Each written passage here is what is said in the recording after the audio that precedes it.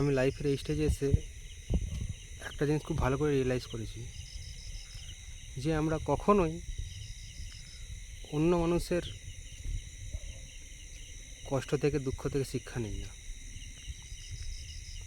Same জিনিস হয়তো আমাদের সঙ্গে হচ্ছে, আমাদের চোখের সামনে দেখা জিনিসটা আবার রিপিট হচ্ছে আমাদের সঙ্গে, কিন্তু বলে না একটা এক্স ফ্যাক্টর খোঁজা,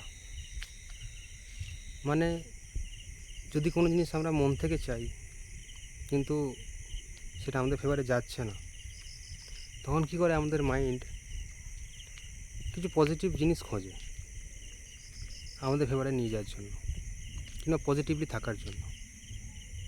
আর আমাদের মনে হয় ইনারে যে ব্যাপারটা হয়তো ডিফারেন্ট, ওর ব্যাপারটা অন্য ছিল, আমার ব্যাপারটা আলাদা, একটু ডিফারেন্ট, কিন্তু আলটিমেটলি রেজাল্ট সেমই হয়, সেই ফেলিয়ার।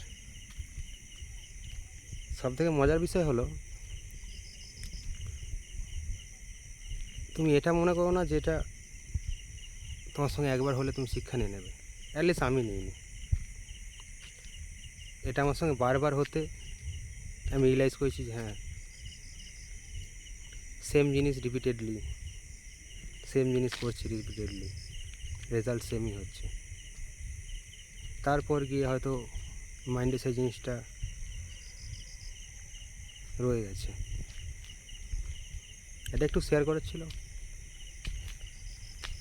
টাটা।